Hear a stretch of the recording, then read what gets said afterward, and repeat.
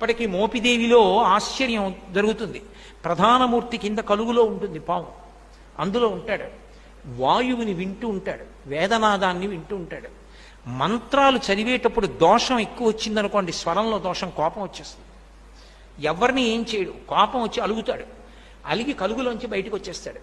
బయటకు వచ్చేసి ఎదురుకుంటే తొట్టు ఉంటుంది, అందులోకి పోయి పడుకుంటాడు. నేను లోపల ఉండనంటాడు. నాదం తప్పు వస్తోంది, స్వరం తప్పు వస్తోంది, నేను విన్నా మంత్రం అంటాడు.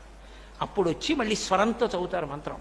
చదివి తప్పు అయిపోయిందయా, క్షమించు, నీ యథాస్థానాన్ని చేరమని అడుగుతారు. అప్పుడు ఒకసారి మళ్ళీ ఆ బుట్టలోంచి పైకి లేచి మళ్ళీ వెళ్ళిపోతాడు. అందరూ చూస్తుండగా జరుగుతుంది మోపిదేవిలో. నేను అబద్ధం చెప్పాను అనుకుంటున్నారేమో, మీరు కావాలంటే అర్చకుల్ని వెళ్ళి అడగండి. కిందే ఉంటుంది కలుగు, అందులోనే పడుకుని ఉంటాడు.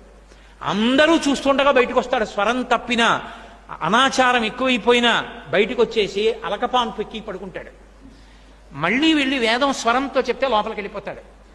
ఆ నాదాన్ని ఇష్టపడతాడు కాబట్టి సర్పరూపంలో పడుకుంటాడు. చిన్న అపరాధం జరిగింది, ఒకసారి బ్రహ్మగారిని నిగ్రహించాడు. ఆ కారణానికి వచ్చి పుట్టలో పడుకొని ధ్యానం చేశాడు. అగస్త్యుల వారు కనిపెట్టారు. అది మోపిదేవి క్షేత్రం, కృష్ణా జిల్లా. ఇప్పటికీ మోపిదేవిలో ఆశ్చర్యం